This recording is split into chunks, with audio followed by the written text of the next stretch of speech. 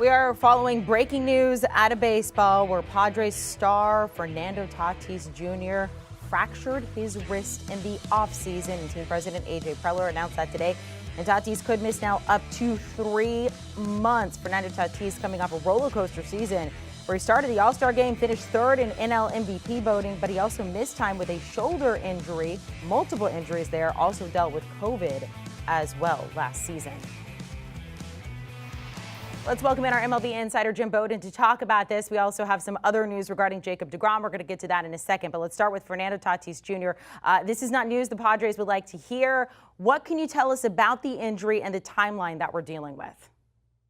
Yeah, the devastating news, Amanda, for the San Diego Padres, their best player and, quite frankly, one of the game's best players, Fernando Tatis Jr., now out at least 3 months with a wrist injury. He's got a fracture that is going to have to be operated on. Unfortunately, we knew about the shoulder, but we didn't know about the wrist till now. We're being told it happened in the offseason. And of course, it happened during a 99-day lockout where players and clubs were not able to communicate with each other during that time. So this is a huge setback, of course, for the Padres, who they tell me Ha-Seong Kim will end up being the shortstop. He was slated to be the utility player for them, but he will play most of the games at shortstop with Jake Cronenworth at second and Manny Machado staying at third base, although they also say Jurickson Profar could also get some playing time at shortstop as well.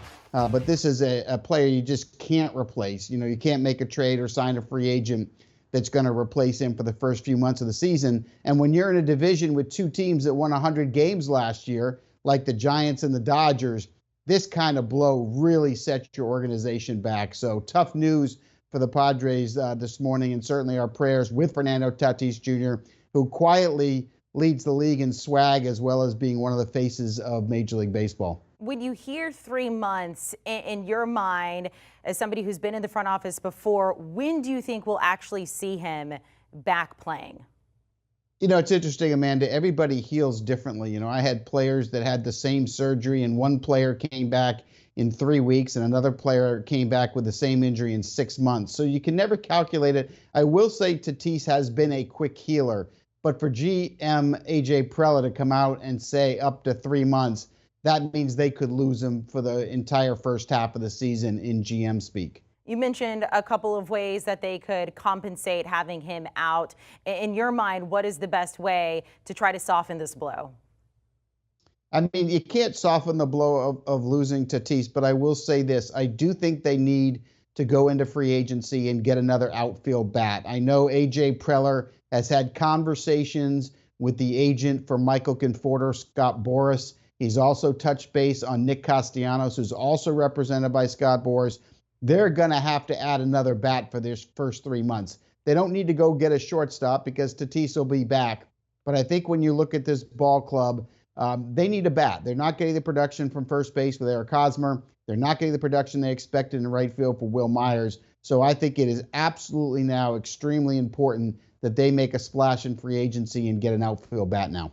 When it comes to the postseason, because of course we're going to look ahead to that when it comes to the Padres now, sitting behind the Dodgers, Mets, and the Braves as the fourth favorite there in the National League, what does this do to their postseason chances? Well, I mean, it certainly is a step back. I mean, that's a lot of games going to be missed. I mean, it might be up to, 65, 70 games, somewhere in that range that he'll be missing. So that's devastating with a player of that magnitude. That being said, the key to the Padres is going to be the starting pitching anyway, and they couldn't keep it healthy last year. That's why they were one of the game's most disappointing players, but they feel like they're healthy this year. Mike Clevenger back from Tommy John surgery. The Padres believe that both Blake Snell and Yu Darvish will have better years their second year there in San Diego, and those trio of pitchers, along with their best starter, Joe Musgrove, must stay healthy for this team to overcome this injury here to Fernando Tatis Jr. And don't forget, their biggest acquisition in the offseason was the hiring of manager Bob Melvin away from the Oakland A's. He had won Manager of the Year in both leagues. He's well respected in the game. And if anybody can overcome an injury of this magnitude and keep that clubhouse calm, it's Bob Melvin, who I think will have a big impact on the team. So I think they can still stay in the race, but this certainly is a step back. Do you want a sports network that delivers everything that matters about the game? The highlights, the picks, the instant analysis, no yelling, no fake debates, no politics. Hit the subscribe button and never miss a moment.